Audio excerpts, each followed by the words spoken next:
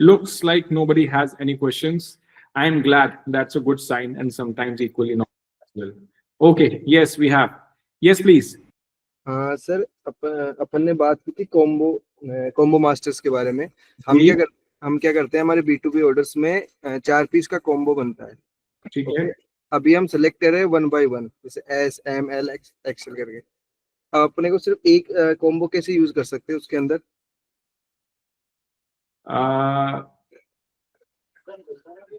एक कॉम्बो कैसे यूज कर सकते हैं, मतलब समझा नहीं मैं। मतलब अपने पास चार स्टाइल्स है, 4 प्रोडक्ट है, S M L एक्सेल। ठीक है। अपन B2B ऑर्डर्स में एक एक पीस करके अपन सेलेक्ट करते हैं। ओके, अपन कॉम्बो मास्टर से उसका यूज करके उस 4 प्रोडक्ट को एक ही प्रोडक्ट बना सकते हैं क्या? B2B ऑर्डर्स के लिए? हाँ, B2B ऑर्डर्स के लिए। अच्छा, आप कह रहे हो कि चारों को स्कैन एक ही बार में हो जाए? हाँ हाँ। ठीक है, तो उसके लिए आपको किट बनानी पड़ेगी। ओके। और दूसरा एक और तरीका है, थोड़े दिनों में रिलीज होगा इजी कॉम के अंदर, हम आगे बात भी करेंगे अभी। दो B2B ऑर्डर प्रोसेसिंग के मॉड्यूल्स, एक तो एग्जिस्टिंग मॉड्यूल है, एक नया मॉड्यूल भी रिलीज हुआ है, जिसके अंदर नए पुराने दोनों के अंदर होगा कि आपके कॉम्बोज का ऑटोमेटिकली प्रोडक्शन किट्स के ऑर्डर बन जाएंगे, जिससे कि आप उन्हें असेंबल करके स्कैन करके रखिए और ऑटोमेटिकली एक SKU स्कैन करने पे आपके ऑर्डर में स्कैन हो जाएंगे। So those combo items would get converted into production orders, कि भाई पहले टीम ने बैठ के, क्योंकि B2B ऑर्डर है, एक एक तो करने की जरूरत नहीं है। आपकी प्रॉब्लम होगी बल्क में लेट से 500 कॉम्बो जाने हैं, तो 500 कॉम्बो इंटू 500 मैं कैसे उसको करूं? तो आप उसके प्रोडक्शन ऑर्डर लग जाएगा, जब वो क्वांटिटी रेडी हो जाएगी तब आपका B2B ऑर्डर प्रोसेस हो जाएगा। ओके, ठीक है जी, आएंगे, ये भी हमने एजेंडे में रखा हुआ है, इसकी देखते हैं। ठीक है सर। ठीक है जी, आगे चलते हैं। Anybody else, any questions? Please don't shy of from asking questions, they'll help me and help everyone else as well. Great, then let's move ahead. So the last time when we had connected on Friday, we had covered product master, category master, combo master, tax zones, bin master, customer master, vendor master, and we had covered all these things, and now we will cover the last item of the day one, which was left due to shortage of time, which was marketplace listings and mappings. I'm sure you guys must be doing the listing and mappings, but let me very quickly tell you why it is done. See, every marketplace has its own way of managing their catalog. In Amazon we call them ASINs, in Flipkart we call them FSNs, in Shopify they are simply item codes, and so on. Every marketplace has a different way of listing their product onto their platform. Now, for us to have a standardized way of talking between the systems, what we do is we import that catalog into Easy Ecom.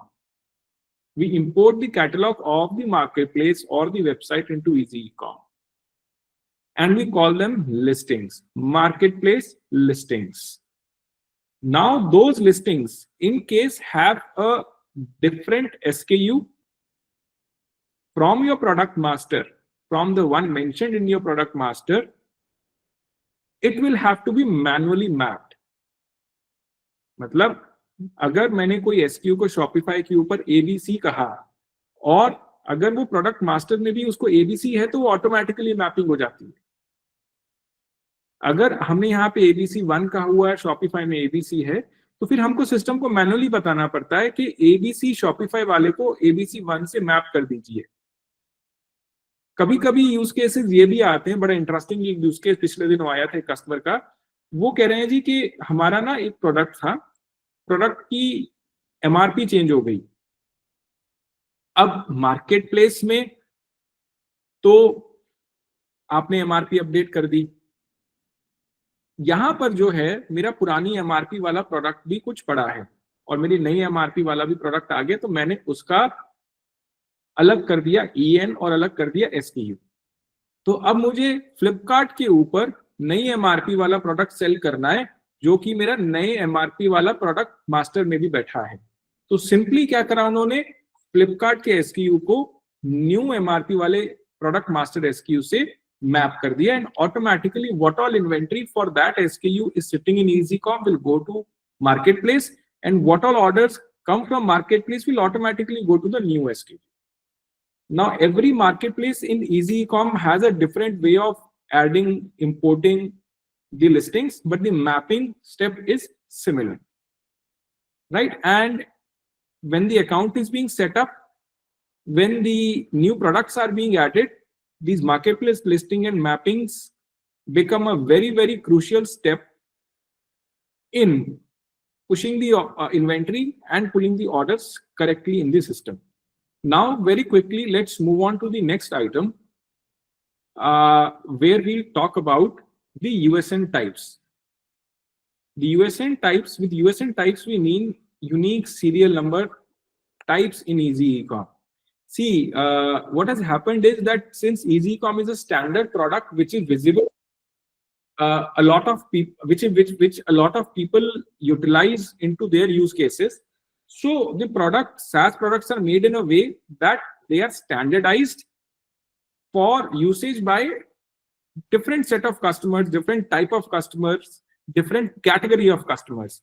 In the same alignment, what we have done is we have made the unique serial number categories. So this is a support page of EasyCom KB. I'll post the link of this into the chat as well, so that you can refer later or copy and paste it and keep it. So now let us talk about how unique serial numbers work. So USN types are divided into fundamentally two categories. Number one, where serials are not being generated by EasyCom. The serial numbers are not being generated by EasyCom. Category number two, serial numbers are being generated by EasyCom. I repeat, category one is where sellers are providing serials or serial numbers are not being generated by EasyCom. पहले से ही serial number generate करके रखे हुए हैं या product पर चिपके हुए हैं, हमको EasyCom को जनरेट नहीं करने हैं.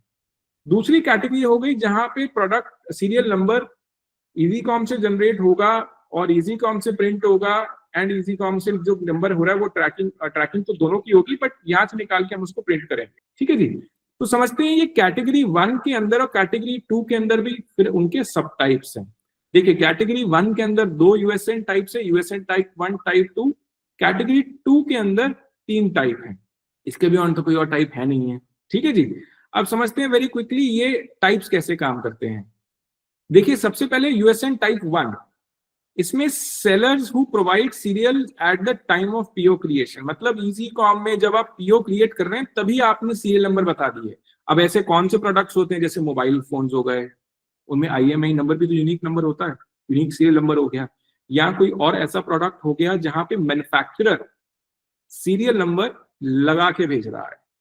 तो पहला USN टाइप के अंदर क्या हुआ कि सीरियल्स सिस्टम को प्रोवाइड करे जा रहे हैं जब PO क्रिएट हो रहा है. Serial numbers are provided at the time of PO creation.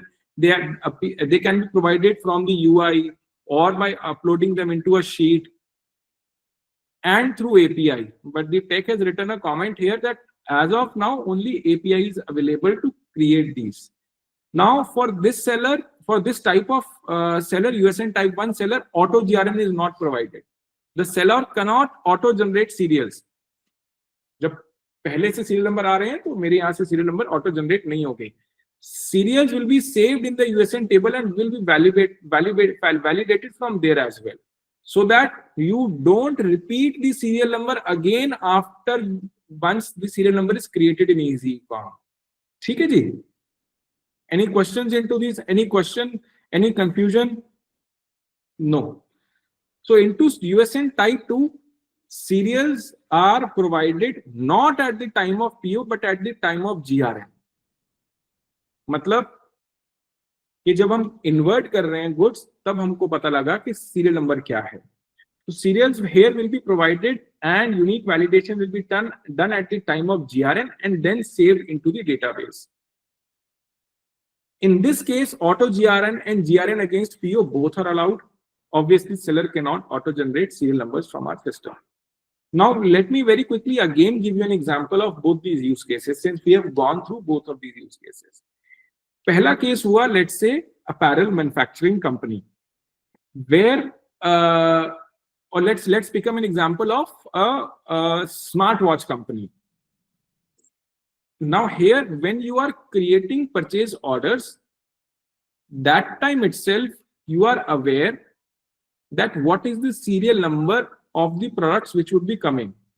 यहाँ पे हो सकता है कोई आपका थर्ड पार्टी ERP है जहां से आपने सीरियल नंबर जनरेट करे, वो सीरियल नंबर आपको पता लग गया, आपने इजी कॉम में पीओ क्रिएट करते हुए बता दिया कि भाई इस पीओ के अंदर ये वाले सीरियल नंबर आएंगे और सिस्टम वहां से चलेगा. दूसरा हुआ कि मैंने अपने एक वेंडर को ऑर्डर दिया 5 type of smart watches 100 pieces each. जब उन्होंने गुड्स हमको भेजे और जब हमारे डॉक पर आए, when we are unloading them and when we are inverting them, that is the time when we come to know about the serial number printed on each box of the smart watch. मतलब अब हम serial number जब GRN कर रहे हैं तब provide कर रहे हैं. ये फंडामेंटल दोनों में डिफरेंस है. Any questions? Otherwise, I shall move ahead. I have a question. Yes, please. So let's suppose we don't have this unique serial number. So how can we ourselves create? Like जैसे आपने बोला mobile phones में EMI number होता है, right? Smart watches में they have their own code. But for the products which don't have such special numbers, then how are we supposed to give the serial numbers or the code serial? Right. In that case, Easy Ecom will generate the serial numbers, and that falls into the category 2. And how are we to know? मतलब जैसे किस smart watch तो 100 pieces है, right? तो अब एक smart watch के लिए एक ये वाला नंबर है, ये कैसे पता चलेगा? और let's suppose there are 100 bottles of sanitisers, so कौन सी बॉटल को हम कौन सा नंबर दें? ठीक है, तो कोई एग्जांपल ले सकते हैं एक बारकोड का जिसके अंदर सीरियल नंबर और इसकी दोनों लिखा हो. तो ये है हमारे पास पड़ा है, कोई डिजाइन के पास पड़ा हो. एक एग्जांपल लेके दिखाते हैं आपको. I think I am sorry I could not see your name. Arpita, let us go through these category 2 cases, and we'll also show you an example of barcode so that you can understand ये actually कैसे map करेंगे. आप simple सी बात कहना चाह रहे हैं कि मेरे पास 5 टाइप की स्मार्ट वॉचेज हैं, कौन सा सीरियल नंबर कौन से स्मार्ट वॉच को लगाना है वो कैसे पता लगेगा, right? Correct.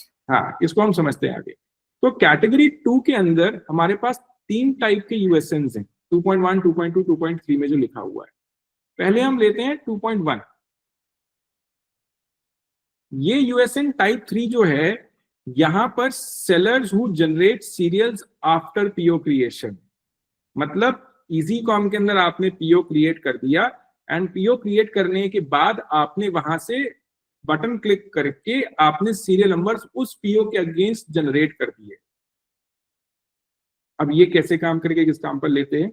Let's say I am an apparel company and I am getting my T-shirts made from a third party vendor, from my vendor. मैंने उसको पीओ के साथ में ही सीरियल नंबर्स लेबल के ऊपर प्रिंट करके दे दिए. उसको पीओ के साथ में दे दिया. उसको कहा कि ये आप जब पीस बनाएंगे तो आपने स्टिच करके लेकर आना है, साथ में आपने स्टिच कर देने हैं, या आप मटेरियल जब पैक करके देंगे तो आपके वहां से पेस्टेड आने चाहिए मेरे पास. इसका मतलब क्या हुआ, मुझे उसको मटेरियल बनाने से पहले सीरियल नंबर देने होंगे. ठीक है जी. तो हमने क्या करा, USN टाइप 3 में पीओ बनाया. पीओ बनाने के बाद हमने सीरियल नंबर जनरेट कर लिए. इसका मतलब क्या हुआ, हम ऑटो GRN अलाउड नहीं होगा. और जब आप GRN करेंगे, you will simply scan the serial numbers which you had generated after the PO was created. Now when you are doing GRN in non-serialized inventory management, वहां पर आप स्कैनिंग करते हैं SKU से. सीरियलाइज इन्वेंट्री में आप scanning करते हैं सीरियल नंबर से. अब जो अर्पिता का क्वेश्चन था कि हमको कैसे पता लगता है, तो हम क्या करते हैं, जब ये स्टिकर प्रिंट हुआ तो हम डिजाइन के अंदर अब कोशिश कर रहे हैं कोई डिजाइन निकाल के आपको दिखाएं। बारकोड के ऊपर, बारकोड स्टिकर के ऊपर एक तो हम बारकोड लगा देते हैं सीरियल नंबर का, और उसके नीचे उसका एसक्यू लिख देते हैं।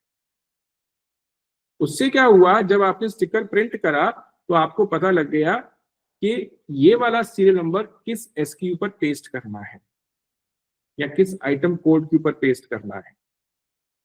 और आप गोइंग फॉरवर्ड जो भी प्रोसेसिंग करेंगे, inverting, outward, return, cycle count, वो आप सीरियल नंबर के बारकोड को स्कैन करके करेंगे, क्योंकि उसके ऊपर सिर्फ एक ही सीरियल बारकोड है। लेट से कोई सेलर अगर एक बारकोड स्टिकर के ऊपर सीरियल नंबर और एसक्यू दोनों का बारकोड लगा लेता है और सिस्टम के अंदर एसक्यू स्कैन करेगा सीरियलाइज्ड के अंदर, सिस्टम बोलेगा we don't know this, we don't identify this, invalid serial number.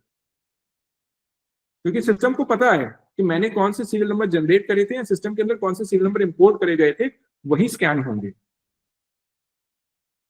Let me show you a picture of the of one of the examples. Shahrukh, if you could share your screen, zoom कर देना sticker को।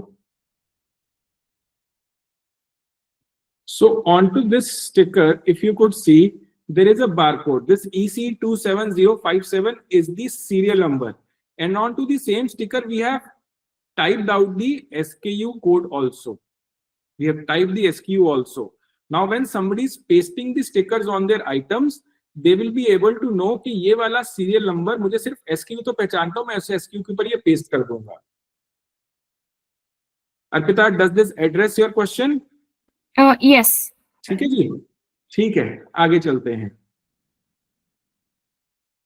तो type 3 के अंदर हमने देखा, हम PO जब क्रिएट कर रहे हैं, पीओ क्रिएट करने के बाद हम स्टिकर्स प्रिंट कर रहे हैं सीरियल नंबर्स के, and the same serial numbers will be utilised to do GRN. In USN type 4, what is happening? Sellers who generate serials after GRN, auto GRN and GRN will, with both PO allowed, seller will just provide SKU and quantity will auto generate serial numbers and map the serials with the SKU. Now what is happening here is that you created a PO with SKU, you did a GRN with SKU, you just defined the quantity of the SKU, and you did a GRN without scanning, and after you did the GRN, the stickers will get printed. Now, when you do the GRN, you will have items segregated, you got the stickers, you pasted them, and you will now utilize those serial numbers to do put away. मतलब put away से पहले serial number कहीं scan नहीं हो रहा है यूएसएन type 4 में, GRN के बाद सीरियल नंबर जनरेट हो रहा है, और पुट अवे से पहले वो कहीं स्कैन नहीं हो रहा है। ठीक है जी। यूएसएन टाइप 5 की बात करते हैं।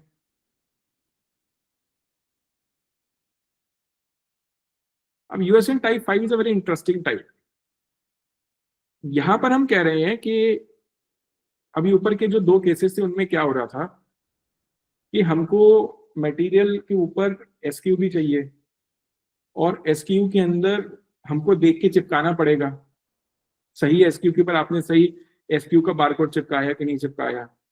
अब गलती की गुंजाइश है, there can be a mistake, so that is why we introduce USN type 5 to avoid the human mistake or overcome the human mistake which can happen while pasting the stickers.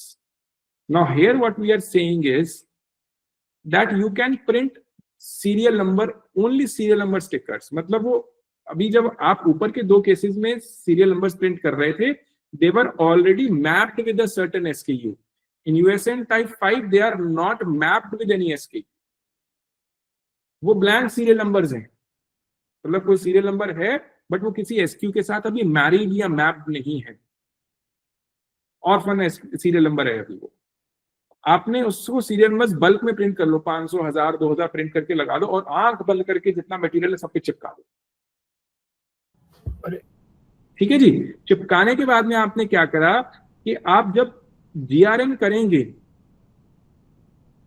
App के through करेंगे, HST device के through करेंगे, तब वहां पर system बोलेगा कि आप एसक्यू का बारकोड भी स्कैन करो और सीरियल नंबर का बारकोड भी स्कैन कर दो। जैसे ही आप दोनों को स्कैन करेंगे सिस्टम उसको मैप कर देगा, and henceforth that serial number will be for always linked with that SKU which you scan. Now into this brings us to another very important aspect that USN type 5 में हम expect कर रहे हैं कि SKU का barcode पहले से लगा हुआ है। मैं मटेरियल को प्रोक्योर कर रहा हूं, उसके अंदर SKU का बारकोड या EN का बारकोड पहले से लगा हुआ है। सीरियल नंबर जब मैंने उसको GRN करते वक्त, GRN से पहले उसको मैंने कभी भी, मैं ब्लैंक सीरियल नंबर जब इन्वर्ट हुआ मैंने स्टिकर चिपका दिए, एंड जब मैं उसको GRN कर रहा हूं तब मैं दोनों की मैपिंग कर रहा हूं। मैपिंग करने के बाद में GRN के टाइम, उसके बाद पुट अवे के टाइम फिर SKU का बारकोड स्कैन नहीं होगा, सीरियल नंबर का ही स्कैन होगा। I hope I have been able to communicate the difference between these 5 USN types. Anybody has any questions? If not, then I have questions. किसी को USN types समझ में नहीं आए हैं? ये बहुत इंपॉर्टेंट है, ये आप मेरे सिस्टम को नहीं समझ रहे हैं, ये आप समझ रहे हैं कि आपके बिजनेस यूज केस के अंदर आप सीरियलाइज इन्वेंट्री को क्या बेहतर तरीके से यूज कर सकते हैं। जैसे USN टाइप 5 हमने इंट्रोड्यूस करा था अराउंड 6 मंथ्स पहले, उससे पहले 4 ही टाइप्स थे, क्योंकि सेलर्स ने कहा हमारे को चिपकाने में दिक्कत आ रही है, किसी ने गलत चिपका दिया, अब हम क्या करें, अगर गलत चिपका दिया वो तो फिर सदा के लिए उसी गलत मटेरियल ही चलेगा उसके अंदर। हमने फिर USN टाइप 5 इंट्रोड्यूस करा था। So I think you guys don't have questions. The gentleman from Doradori, आपके यहाँ कौन सा USN टाइप इस्तेमाल हो रहा है? हमारे पास USN टाइप 3 इस्तेमाल हो रहा है अभी। 3 इस्तेमाल हो रहा है, बताइए कैसे इस्तेमाल हो रहा है? सर अभी हम ERP से PO क्रिएट करते हैं, ओके, GRN रिसीविंग के टाइम अपन हम सीरियल नंबर हमें मिलते हैं EasyCom के थ्रू। ठीक है, तो जब आप PO क्रिएट कर देते हैं ERP के थ्रू, जब आप GRN कर रहे हैं तब आप सीरियल नंबर प्रिंट करके चिपकाते हैं? Yes sir. और फिर उसका GRN करते हैं, right? Yes sir. Serial number से स्कैन करके? Yes sir. और पुट अवे में भी फिर सीरियल नंबर स्कैन होता होगा, राइट? हाँ, पुट अवे में भी सीरियल नंबर स्कैन होता है सर। ठीक है जी, वेरी गुड। तो काश्यप ऐप से किसी ने कहा था कि एग्जाम्पल, एक एग्जाम्पल हो गया, ऐसे ही बाकी और एग्जाम्पल लेंगे। इसाक, आप लोग, अर्पिता, आप लोग सीरियलाइज पे हैं अभी नहीं है? अभी नहीं है, but I wanted to know, ask a question. Let's suppose we have one more unit जहां से हमारा मैन्युफैक्चरिंग होती है, ठीक है, we are the manufacturers as well.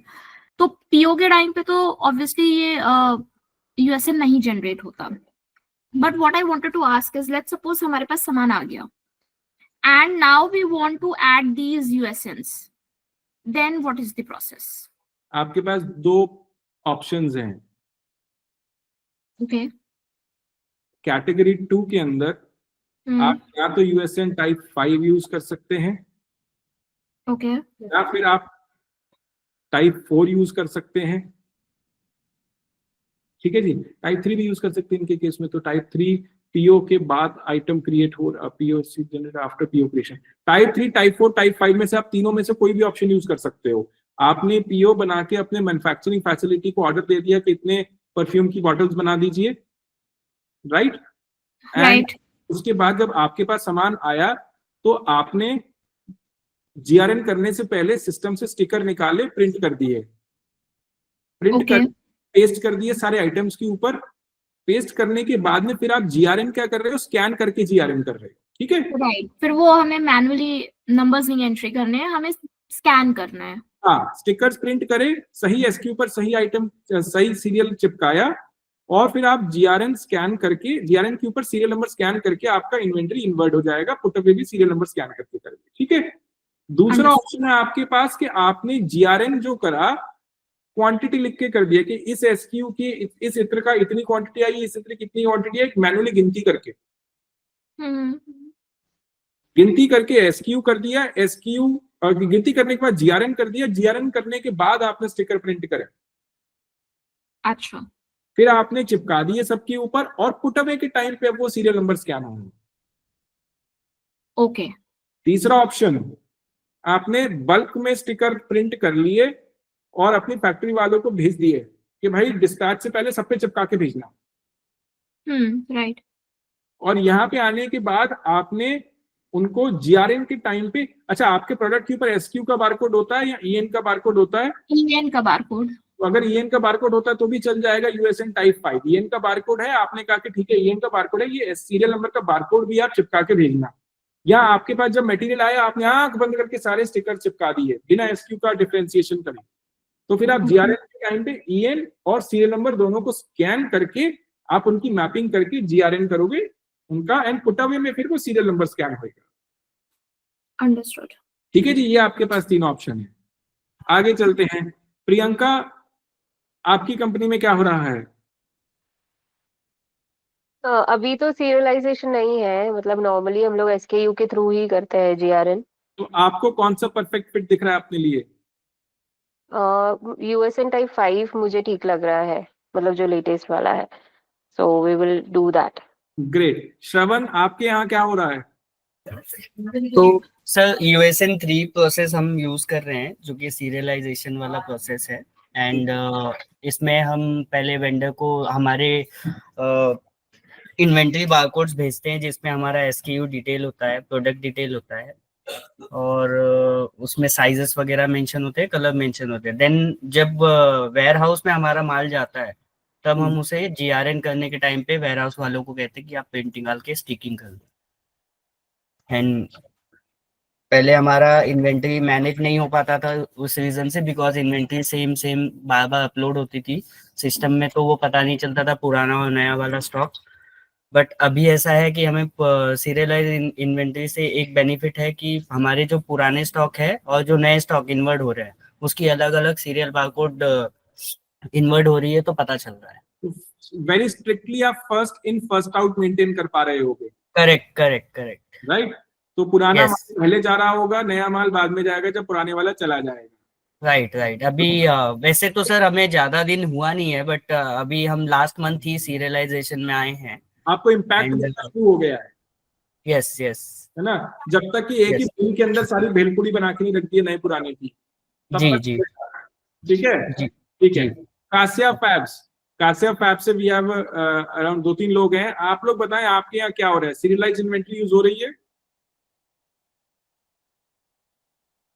House of कासिया। हेलो।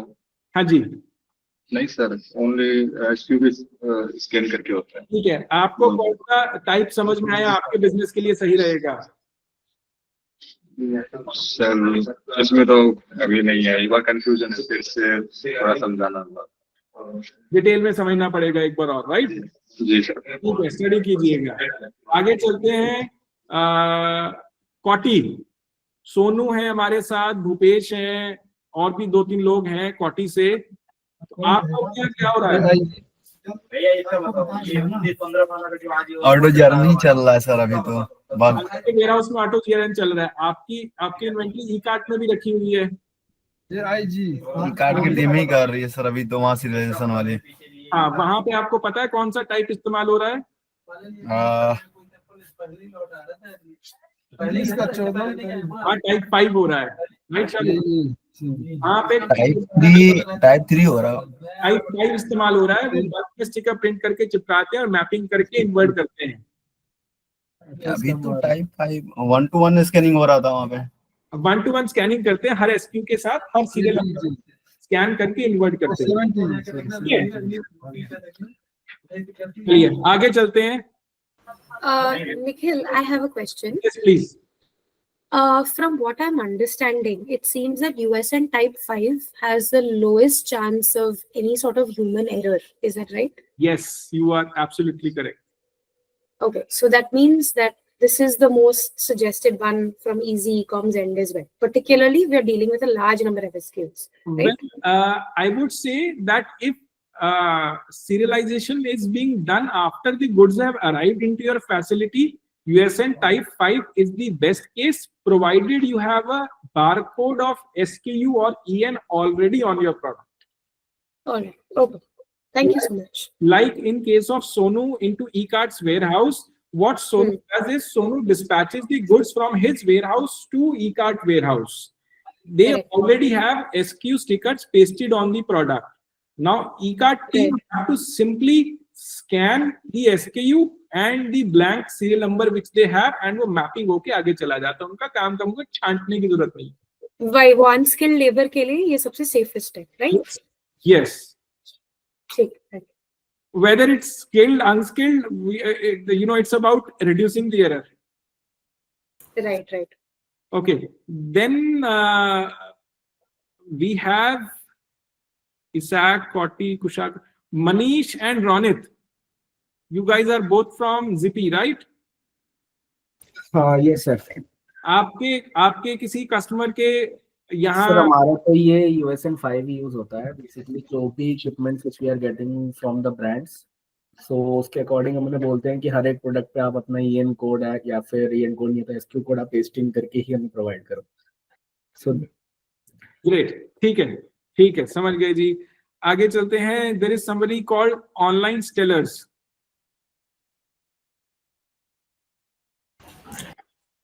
Yes sir. आप किस कंपनी से हैं सर? Samura export sir. Samura exports. Great. आपके यहाँ सर सीरियलाइजेशन चल रहा है? Sir we are using this SKU sir and हम लोग को ये USN टाइप 5 यूज होता है sir. USN type 5, as of today you are running SKU type inventory management, but if you Yes. serialize you find USN type 5 as the best fit, right? Yes, sure sir. Yes. That means SKU on your product, SKU barcode on your product is already pasted from your vendor supplier. Yes sir. Great. ठीक है. आगे चलते हैं. Then Priyanshu and Kushagra are from my team. Shashank Verma. Hi, Yes, sir. Which organization you are from? Sir, Koti first. कोटी से ही है. कोटी का केस डिस्कस हो गया. सोहन, आप किस कंपनी से हैं? So I am from Sada. सादा. ग्रेट सोहन. आप बताइए आपके यहाँ कैसे हो रहा है? So we are using USN Type 3. Type 3. Let me scroll up to Type 3. And can you please explain to everybody why and how you are using it? So what we do is we print the barcodes, send it to the manufacturer. They stick the barcode on each of the items, and they deliver to our warehouse. And post getting the shipments, our GRN team scan each barcode one by one, and we start doing the GRN of every pieces. Great. So I think guys, why I called it master class and why I called it that we'll be learning from our peers. You guys must have experienced it by now. हम एक ये one sided sermon नहीं जा रहा है. We have people who are already using it and हमको exact उनके live example समझ में आ रहे हैं कि किस तरीके से हम काम कर रहे हैं, वो लोग किस तरीके से काम कर रहे हैं, क्या example है. ठीक है जी. Any questions anybody before I move ahead?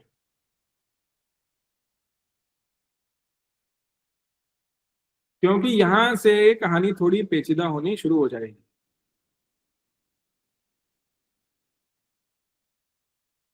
ठीक है जी, आगे चलते हैं. Sorry, Nikhil. Hi. Yes, hi. Hi. So, very recently we've from Planet Paddocks, and like my colleague Shravan mentioned that we have started using the serialization. We've put it in actions from the past month, correct?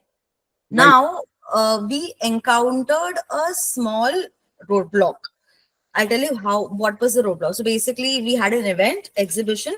We had to call out our inventory. So we created a gate pass and then we discarded the inventory. And then we showed it as return to vendor. Okay. So we got the inventory, we sold a few pieces and then we wanted to send the inventory back. Now this inventory had serialization on it, right? Now, while sending it back, we thought of doing the same process as in create a PO, okay, and then do a GRN, right? But what the problem that we encountered was that they had so these styles had original serial numbers, correct? But while doing, inverting the same inventory back again, we were not given the option of using the same serial number, even though the inventory the inventory had serialization. Right. So in your case, Yashvi, what you did was you discarded the serial numbers, right? Yeah. You did a return to vendor what exactly, what was the exact transaction you did? In-house adjustment and RTV? No, it's so in case of RTV, we should be allowed to use the आपने same क्या करा था? What exactly? Discard. Discard. discard. देखिए, अब discard में क्या हुआ? You told system that these pieces I am discarding. Discard is a type of a terminal inventory which says that there is a certain bucket. This is the bucket of items which is called discard. वो serial number हमने इसके अंदर move कर दिया. Move करने के बाद same serial number हम दोबारा दूसरे रास्ते से नहीं कर सकते. But in the case of RTV, we will be allowed to do this, right? With the serial. The best way to do it is in the case of RTV हो जाएगा ना शाहरुख. RTV के केस में release हो जाएगा. दूसरा तरीका सबसे बढ़िया था, and I always tell people that make a B2B order. Make it at even 0 or 1 rupee. Okay. Right? Make it a B2B order so that a proper pick list is created, picking is done, and then you process the order. Now, the thing with B2B orders is, okay, I understand from OMS point of view that, okay, this is the best practice to have to avoid any sort of problem, right? Roadblock. Now, coming to my warehouse, like even I have to even take care of my charges at warehouse, right? Now, B2B orders come with a minimum billing.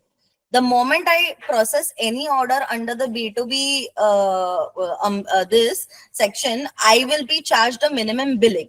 Now, that becomes another problem for me. If you create an RTV, you are on a 3PL warehouse? Yes. Okay. If you create a return to vendor, will your 3PL warehouse charge you? I mean, the minimum charges, not like a minimum billing for a new sale channel. Okay. Then you know, in that case, if we have two options. We create a B2B order, we create an RTV so that we can reclaim those serial numbers while bringing them back into the system. The third option is that you move them to a state or a status from which reversal is possible. Or what you can again do is that you place them into certain bin, those serial numbers, and you lock them. That can again be a hack. I mean, you place those serial numbers into a bin, calling them event bin. You do a transfer of those serial numbers into the event bin. Correct. And you lock that bin. Okay. When you lock that bin, that inventory will not get exposed to the marketplaces. That inventory will not be processed into any orders. No actions will be allowed onto the inventory which is sitting into that event bin. Correct. And after you have received the material back, let's say you dispatched 100 serial numbers to the event and you sold 50 of them came back, right? Yeah. So 50 of them you'll have to make an order or some sort of a transaction so that the billing remains in place. Right? You cannot do anything. You cannot move the items out of the warehouse without selling them. Yeah. So you will have to make an invoice anyhow. But okay, so if this is sold offline, you'll have to create an offline order, a B2B order or something. Yeah. Yeah. बचे हुए 50 आपने 50. Correct. Understood. Right? तो उसको आपने उसको unlock करा, उसको आप किसी जोन में डाल दें. बड़े सारे तरीके होते हैं. 50 पीसेस को सोल्ड कर दिए, 50 पीसेस को आपने अनलॉक करके उसको अवेलेबल में कन्वर्ट कर दिया. अंडरस्टूड. तो इस तरीके से करना पड़ेगा. मेरी बिजनेस टीम अगर यहाँ पर बैठी होती तो मेरे को बोलती गलत सुझाव दे रहे हो, हमारे पैसे कम बनेंगे कि B2B ऑर्डर बिल नहीं होगा. But I mean let's talk jokes apart. These are the ways to do it. And the way is, I always tell people, even if a piece is going out of your warehouse, for an employee also, an invoice and order should be made. Sorry, can you please come again? If a single piece is also being taken out of the warehouse, let's say, and it is being given to any employee also, photography के लिए जा रहा है, कहीं भी जा रहा है, आपका ऑर्डर बना है, वो थोड़े से पैसों के चक्कर में हम सिस्टम ब्रेक ना करें. ना उन सब के लिए ऑर्डर्स बनते हैं. We put them under marketing activity. Events के लिए भी, सब चीजों के लिए आप ऑर्डर बनाए। अब क्या हुआ, 100 पीसेस आपने बाहर करे, जो 50 आए आपने सिर्फ 50 रिटर्न करे, उनका क्रेडिट नोट बनाया, क्योंकि आपने 50 उस, लेट्स से आपने 100 पीसेस का B2B ऑर्डर बना दिया था, 50 आपके इवेंट में सेल हो गए, और जो 50 रहे आपने उनका क्रेडिट नोट बना के, रिटर्न बना के क्रेडिट नोट बना दिया, और सिस्टम में वो इन्वर्ट हो जाएंगे। That is the best way, the ideal way to do it. But if you have challenges, there are hacks like placing them into a bin and doing all those sort of things. ठीक है जी? Okay, thank you so much. Great. Guys, any other questions before I move ahead to the next part?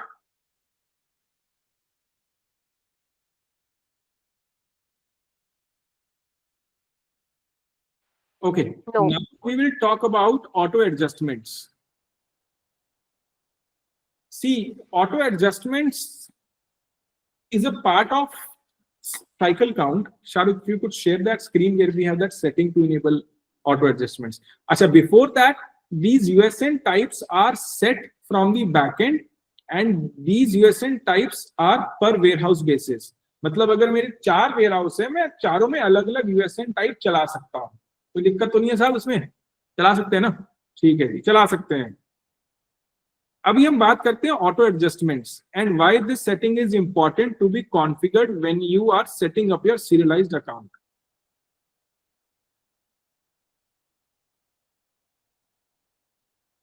Enable auto adjustments in cycle count, and there is an I button here. Let's take the mouse over it, and what does it say? After the completion of cycle count process, if there is any mismatch in the inventory, the difference is auto adjusted.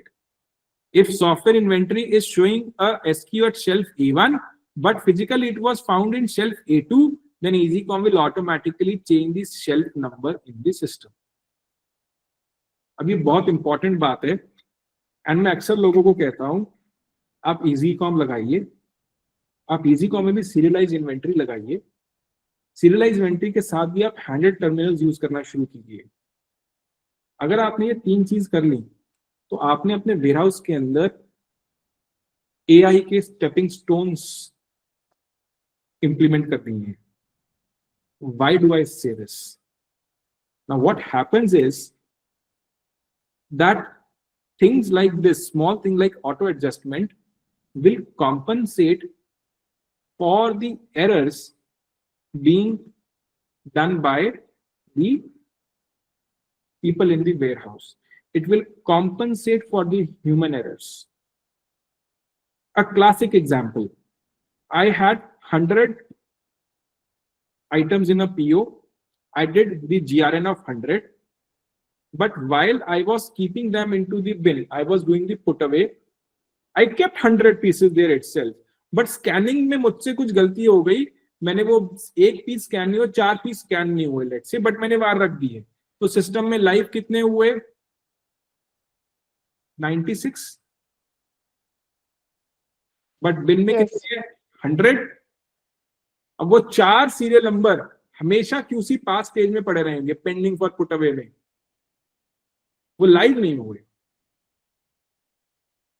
अगर ये non serialised में चल रहे होते आप, तो वो 4 serial number जब तक आप सारे वेयरहाउस की सफाई ना करते, इधर उधर नहीं करते, दोबारा गिनती नहीं करते, वो मिलने वाले ही नहीं थे, वो पता ही नहीं लगने थे। अच्छा, ये 4 पीसेस मेरे बिन में पड़े हैं बट लाइव नहीं हुए। Now when you are using paperless serialized operations of EasyCom and you are doing cycle count, we'll check out cycle count in detail down the line, but let me give you this example that while we were doing the cycle count and we went to that bin, आपने सारे उस bin के अंदर items, you scanned them and you scanned those 4 QC pass stage items also. Now system knows serial number मुझे पता है, मैंने generate करा था या मुझे बताया गया था, GRN भी मुझसे ही करवाया गया है और बिन में रख दिया है। अब क्योंकि ये बिन में रख दिया material, the material has been kept into the bin, but it is into the QC pass stage, then the system knows that it is my material which should have gone live and it has not gone live. System immediately उसको QC pass से available में move कर देगा। Immediately. You're compensating for human errors. Next, let's take another example of auto adjustment. Like it is mentioned into this bubble also. we originally kept those 100 pieces in bin number A1, which was the third shelf in the rack. उतारते उतारते वो 2 piece गिर गए लड़के से और उसने कहा कौन ऊपर रखे नीचे डाल दो. 90% of the people will say yes. हाँ मुस्कुरा रहे होंगे, हाँ हमारे यहाँ भी ऐसा होता है, ऊपर से गिर गए कौन रखेगा, नीचे डाल देते हैं. अब सिस्टम के हिसाब से वो थर्ड शेल्फ में ही है, बट फिजिकली नीचे वाली शेल्फ में पहुंच चुके हैं. सिस्टम बोलेगा थर्ड शेल्फ से पिकिंग करके लाओ, वो उधर कहेगा है नहीं पिकिंग करने का, शॉर्ट पिक नहीं मिल रहा. साइकिल काउंट रन करा हमने, साइकिल काउंट में पता लगा वो 4 सीरियल नंबर थर्ड शेल्फ की जगह नीचे वाली शेल्फ में पड़े हैं. सिस्टम ऑटोमेटिकली थर्ड शेल्फ में से माइनस कर देगा और नीचे वाली शेल्फ के अंदर उन्हें लाइव कर देगा. कुछ मैनुअली मूव करने की जरूरत नहीं है सिस्टम में. But if you were on unserialised inventory, then this automatic adjustment cannot happen because system does not know कि जो नीचे 4 पीस मिले हैं वो ऊपर वाले ही हैं जो थर्ड शेल्फ में पड़े थे या कहाँ के, मुझे क्या पता. There is no unique identification ना. That is why you will have to do a manual adjustment. But in serialized cycle counts, automatic adjustment happens. Correct? ठीक है जी. Any questions anybody? Auto adjustment हमको ऑन करना क्यों जरूरी है?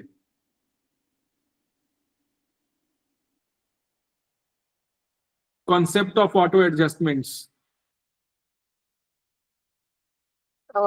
Yes Priya. I have a question. अगर जैसे आपने बताया कि कोई जैसे ऊपर रखा हुआ था और फिर वो नीचे मतलब किसी भी तरह से वो दूसरे किसी शेल्फ में चला गया या दूसरे बिन में चला गया, then you are saying that हमें वो ऑटोमेटिकली ही उसमें से हो जाएगा, तो उसके लिए भी हमें ही सिस्टम में डालना ही पड़ेगा ना कि हमने उसको शिफ्ट किया है. साइकिल काउंट रन करना है. साइकिल काउंट करके एक cycle count is nothing but stock taking through the handle terminal. Okay. वो हम लास्ट चैप्टर में देखेंगे साइकिल काउंट करते कैसे. साइकिल काउंट की फंक्शनैलिटी होती है cycle count is physical audit. आप लोग आज की डेट में कोई फिजिकल ऑडिट करते तो कैसे करते हैं? हम इन्वेंट्री निकालते हैं और जाके बिन में मैच कर लेते हैं. अच्छा जितनी सिस्टम में इन्वेंट्री पड़ी है क्या हमारे को यहाँ दिख रही है कि नहीं दिख रही है बिन के अंदर, राइट? हाँ हाँ. अब साइकिल काउंट के अंदर आप वैसे नहीं करते. साइकिल काउंट के अंदर क्या करते हैं, आप आंख बंद करके मुझे बोल दो कि जाओ बिन नंबर A3 का साइकिल काउंट कर लो. मैं बिन नंबर A3 में जाऊंगा, मटेरियल उतारूंगा, टक टक टक टक सबको स्कैन कर दूंगा. सिस्टम को पता लगे इन्होंने इतने पीस स्कैन करे हैं, ये कम मिला ये ज्यादा मिला है, उस हिसाब से वो एडजस्टमेंट कर देगा. ओके ठीक है. Anybody else? सोहन आपके यहाँ तो साइकिल काउंट बहुत समय से हो रहा होगा. जी हम लोगों के यहाँ तो डेली होता है. Very good. ठीक है जी. तो आप ये बताइए अगर साइकिल काउंट डेली नहीं करेंगे तो क्या इम्पैक्ट आएगा? सर अगर if you don't do a daily cycle count तो इन्वेंट्री मतलब आप ये मान के चलिए कि पागल हो जाएंगे हम लोग महीने के एंड में. महीने के एंड में जब बैंक को या किसी और को इन्वेंट्री काउंट देना होगा, कितना एक्चुअल इन्वेंट्री काउंट है, क्या हो रहा है, कैसे हो रहा है. हाँ कोई रिकॉर्ड नहीं मिलेगा, कुछ नहीं मिलेगा. मिलेगा बट आपको कॉन्फिडेंस नहीं होगा. इनकरेक्ट मिलेगा. इनकरेक्ट मिलेगा, आपको कॉन्फिडेंस नहीं होगा, राइट? क्योंकि लड़कों को ऊपर नीचे इधर उधर कर दिया, वो काम नहीं रोक सकते आप. राइट. वो ह्यूमन इश्यूज जो हैं वो हम नहीं रोक सकते. हम किसी से परफेक्शन मांगेंगे कि नहीं जहां से उठा के लाए वहीं वापसी रखो, वो हो नहीं सकता है. करेक्ट. ठीक है जी. वो किसी वेयर हाउस में नहीं हो सकता है. Anybody else who would like to share their experience on to auto adjustments in cycle counts?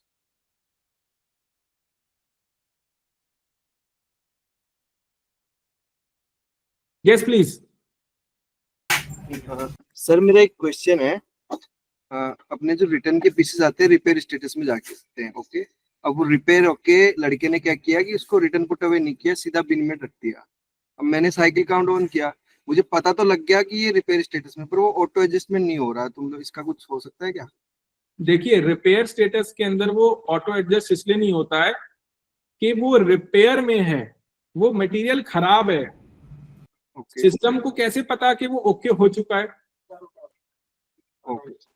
आप समझ रहे हैं ना. सिस्टम जज नहीं कर सकता कि रिपेयर, भैया आपने रिपेयर में मूव करा था, रिपेयर से ओके हो चुका है, तो वो बोलेगा यार मुझे ये नहीं पता है, मुझे ये पता है कि यहाँ पड़ा है.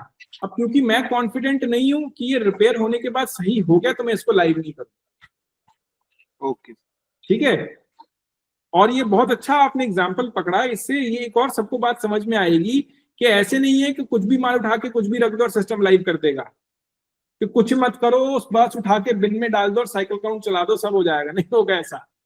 अगेन सिस्टम इंटेलिजेंट है, सिस्टम के अंदर लॉजिक डिफाइंड है, सिस्टम को पता है कि कौन से स्टेटस का मुझे माल लाइव करना है, कौन से का नहीं करना है। जैसे अभी विकास, राइट,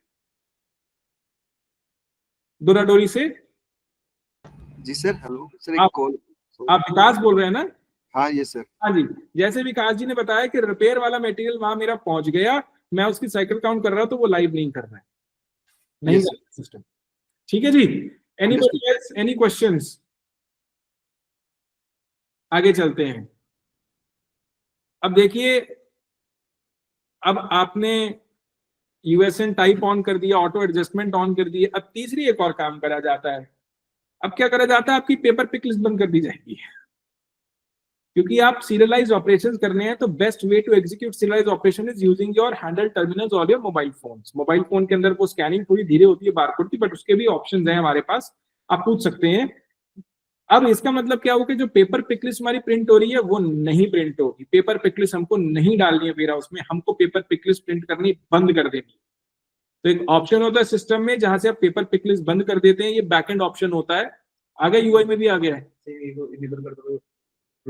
क्या कर देंगे? अच्छा, इनेबल ऑटो एडजस्टमेंट जैसे ही ऑन करेंगे ऑटोमेटिकली पेपर पिकलिस्ट बंद हो जाएगी। लीजिए, और सुविधा हो गई है, मैनुअली कुछ हमको चेक मार्क करने की जरूरत नहीं। ठीक है जी, पेपर पिकलिस्ट प्रिंट नहीं होगी। डिसिप्लिन लाने के लिए हमको पेपर पिकलिस्ट चाहिए ही नहीं। पता लगा पेपर से भी उठा के ला रहे हैं, डिवाइस से भी उठा के ला रहे हैं, हमारी इन्वेंट्री गड़बड़ हो जाएगी। पेपर पिकलिस्ट बंद, एक ही ऑप्शन है आपके पास, डिवाइस से उठा के लाएंगे। अगला है जी प्रिंटर सेटिंग्स। अब प्रिंटर सेटिंग्स के बारे शाहरुख आपको समझाएंगे कि प्रिंटर सेटिंग सीरियलाइज के केस में हमको कैसे करनी है। शाहरुख।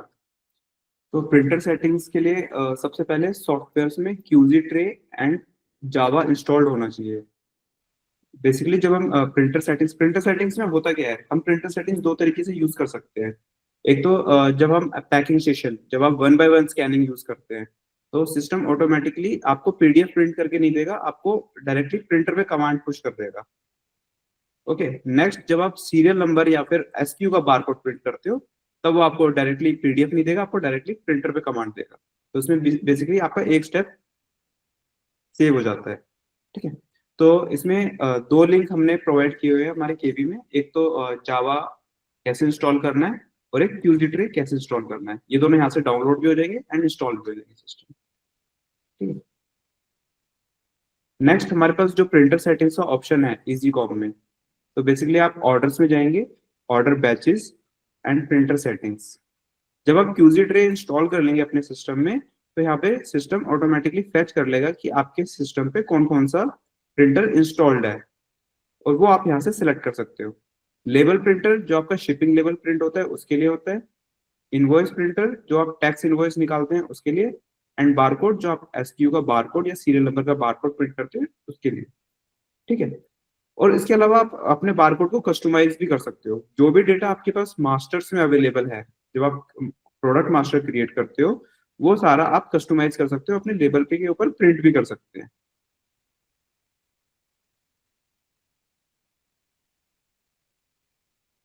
ठीक है, जो प्रिंटर सेटिंग्स है वो इस वाले पेज से आपको सेट करके आपको सेव करनी है।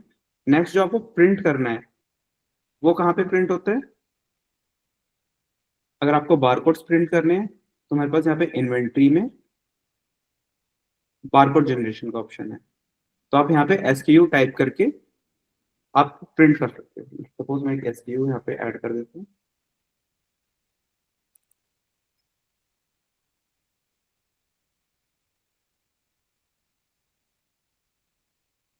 तो यहाँ पे आप जितनी क्वांटिटी ऐड करके यहाँ पे आप बारकोड जनरेट कर सकते हो।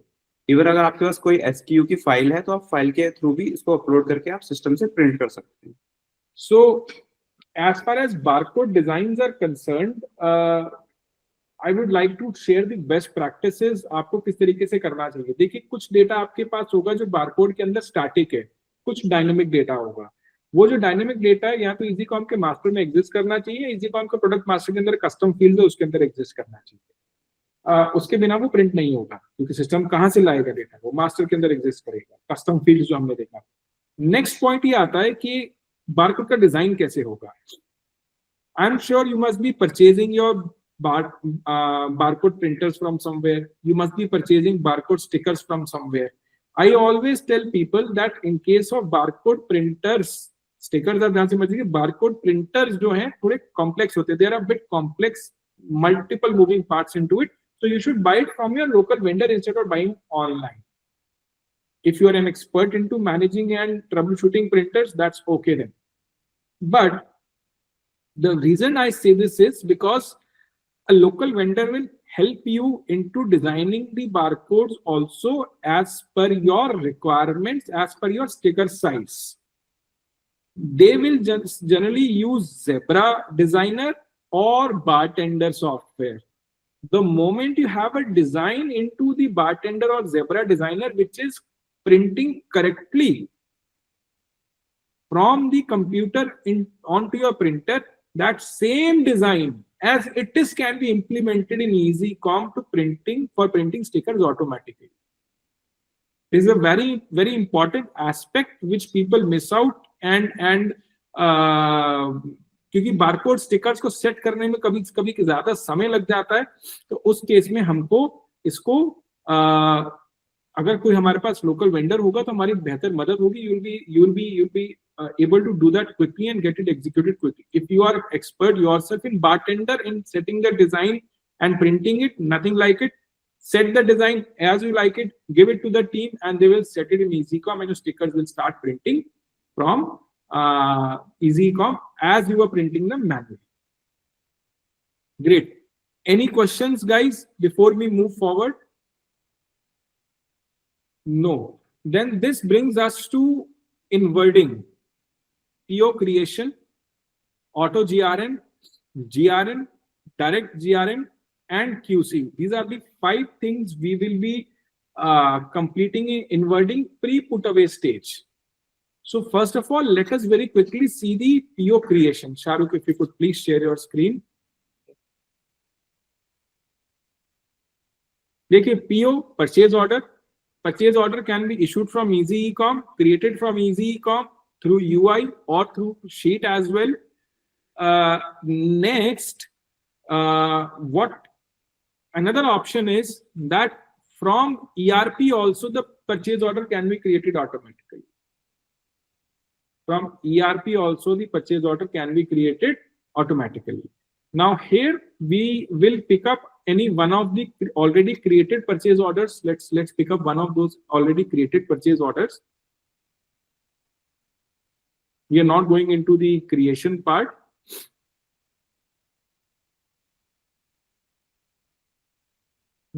Let's pick up this second purchase order, which is ordered quantity 50 and received quantity is 0. Now, before you, any waiting for approval purchase order, Shahrukh, if we have waiting for approval.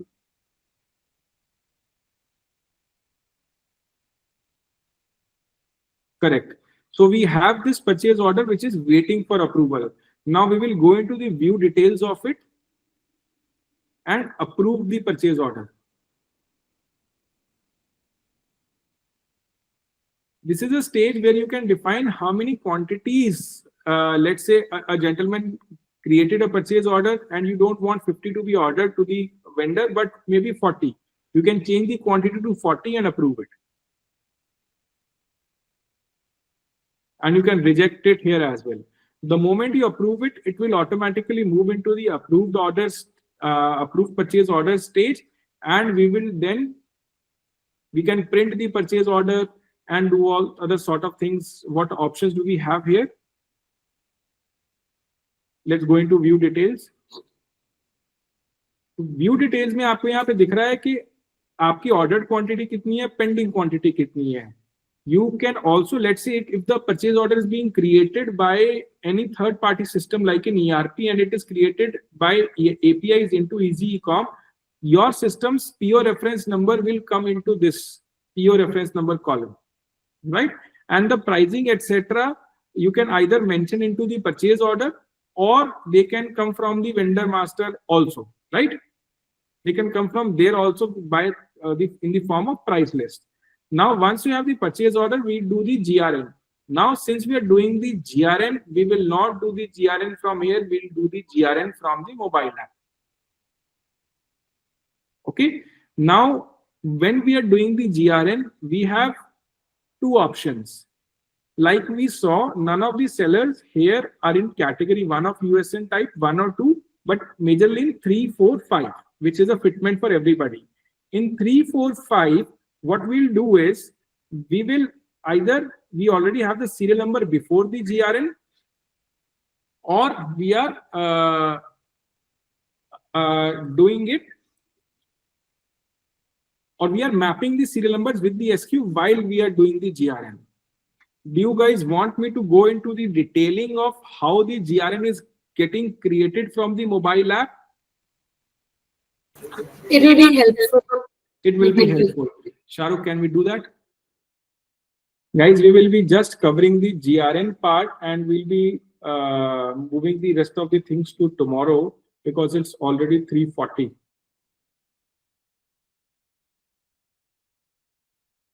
So we have this video also online, which we'll be sharing it as a link also into it. It is onto the Inserpo Academy YouTube channel as well.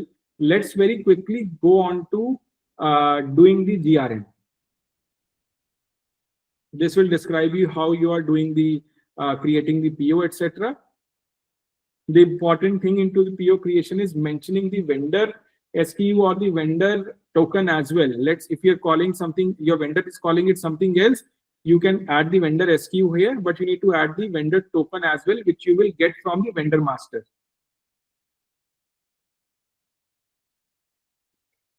You are hearing here just mentioning the unit price.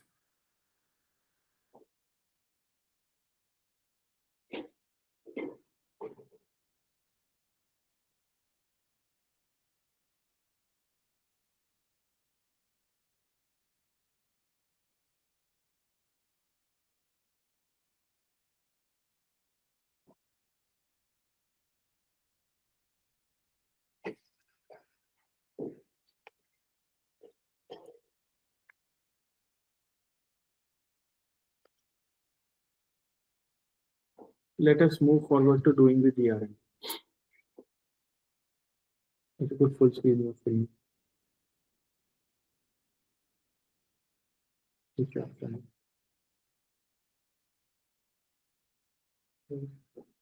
GRN is from web or mobile?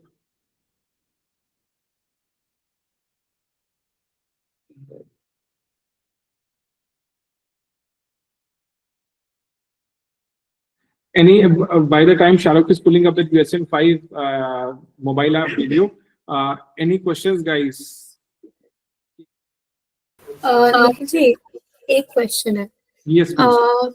We're in apparel, ठीक है? तो कभी-कभी जब हमारे shipments आते हैं, for example let's just take कि हमने USN टाइप 5 फॉलो किया, तो उनके GRN के टाइम पे हमने स्टिकर चिपकाया उन पे of the particular USN and हमने उनको मैप कर दिया. उसके बाद QC होगा, राइट, बिफोर पुट अवे. अभी QC के टाइम पे we have 3 main categories, there is good stock, there is bad stock and there stock जो ठीक करना होता है, टू बी फिक्स्ड. तो in that situation if there is a particular product जो टू बी फिक्स में जाता है, तो उसे फिर how do we take it out of the system, because वो सिस्टम से निकल जाएगा, ठीक होके फिर वही वापस आता है same serial number. So you are sending the product out of your premises to be fixed? Correct. Okay. So what you would be doing is, after you have completed the GRN, you would be doing so you know there is a thing called, when we the day one we saw that we have option of bad bins put away also, bad bins and right. So the ones which you find as not good, you will be moving them to the bad bins, and you can do the RTV of those items. Now you do RTV of that is returned to vendor. From that, you move those items, serial numbers out of your warehouse to the vendor, and when they come again, you can utilize the same serial numbers and move them to the good inventory. Okay. All right. And what about certain serial numbers जिनका correction warehouse में ही होगा? देखिए, जिनका correction warehouse में होगा उनको आपने in house adjustment के थ्रू आप रिपेयर से मूव कर सकते हैं क्यूसी पास के अंदर। रिपेयर से क्यूसी पास में रिपेयर से अवेलेबल करके फिर पुट अवे करना पड़ेगा हमको बिन शेयर करके। अगर उस केस में आप रिपेयर में मूव करेंगे, रिपेयर से फिर आप एडजस्टमेंट के थ्रू अवेलेबल पे मूव कर देंगे। Okay. Okay. That Understood. could bin. ठीक है, अंडरस्टूड। एंड वो सिस्टम अपने आप रीड कर लेगा ना, अगर बाय चांस एक रिपेयर का माल आ गया शेल्फ में तो वो अपने आप समझ जाएगा स्कैन पे, राइट? नहीं, रिपेयर का मटेरियल ऑर्डर प्रोसेसिंग के लिए वो करने ही नहीं देगा। रिपेयर का मटेरियल वो इन्वेंटरी लाइव करेगा ही नहीं सिस्टम। करेक्ट, ठीक है। ठीक है जी। तो यहाँ पर यूएसएन टाइप 5 का वीडियो देख रहे हैं। यहाँ पर हमने बारकोड स्टिकर्स प्रिंट कर रहे हैं। हमने यहाँ पे कुछ stickers, blank stickers, we are printing blank stickers. We have the printer connected.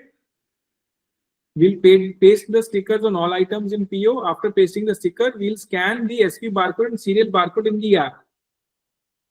This activity will map the serial number with the SKU. आगे चलते हैं।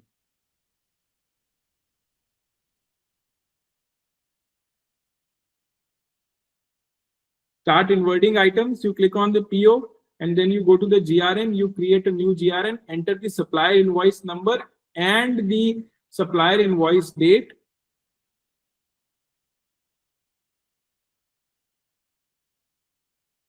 When you slide right, a GRN with these details will be created. So now we will start adding items to the GRN. Now first we'll scan the good items and then the bad items. This is also a way to segregate. You do the QC first and then you do the GRN. That's a better way. So first we scan the serial number. First we scan the SKU number. Now we are scanning the serial number. Then again, system will say scan SKU, scan serial. This will go on continuously and you do the mapping and the GRN will be completed. So, Devina, right, from Desi Minimals? Yes. So Devina, it's a better approach to do the QC before GRN. I would recommend. Okay, that brings me to one more question. Ji. So we get thousands में shipments, right? We don't go single item. We usually do a percentage check, like a 20% or a 25%. अभी उस 25% में जो check कर रहे हैं उसमें तो मिल जाएगा good stock and bad stock. But what about the rest of the bulk shipment?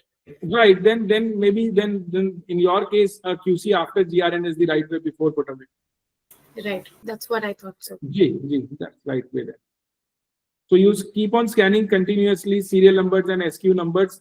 Now, after you have scanned the serial number, you have completed the GRN. Now you will be doing the put away. We are checking out the GRN put away now. Here you will scan the serial number and the bin where you are keeping the item. This is a default bin which Shahrukh has created in his demo account. You scan the serial number and the bin, scan serial number and the bin. Now somebody will say that why do I need to scan the bin number every time? For people who are confident that they will, not put the material into the wrong bin after they have scanned the serial number once. यहाँ पर continuous scan का mode होता है जहां पे आपसे बिन number बार बार नहीं पूछा जाएगा। ठीक है जी, आपने एक बार बिन स्कैन कर दिया, फिर उसके बाद उसके सारे सीरियल नंबर स्कैन कर दिए। गलती क्या होती है, when people are adopting this way of put away, they forget that they are now scanning it into the second bin rather than first bin. So unless and until you have confidence over yourself or your people that no, we won't place or put the items into the wrong bin while continuous scanning, तब तक आपको serial बिन वाली scanning कीजिए, उससे आपकी गलती होने की गुंजाइश जीरो हो जाएगी. You will end up doing no mistakes. So guys, it is 3:49. I think what we have covered today is USN types, listing mapping, USN types, auto adjustments, blocking paper pick list, printer settings, barcode settings, and then we have PO creation and GRN through HST of USN type 5, and a quick view of the put away from GRN type 5 also. tomorrow we will check out auto GRN, direct GRN, QC, and put away in detail. So I think we should call it a day for today's session. Any questions which you want me to address, I'll be more than happy to address them. Great. Okay, guys, I don't think anybody has questions. So let's wrap up today's session. Thank you for joining in. I am so happy that more than 20 people continue till the end of today's session as well. It was a good session today. And USN type का आप please दोबारा पढ़िएगा और we'll send out that video as well onto your WhatsApps. Please go through it, and if there are any questions, please do note them and ask them before we start the session tomorrow, or when we start the session tomorrow. First thing is we'll be picking up your questions. Okay, thank you. Have a good day ahead.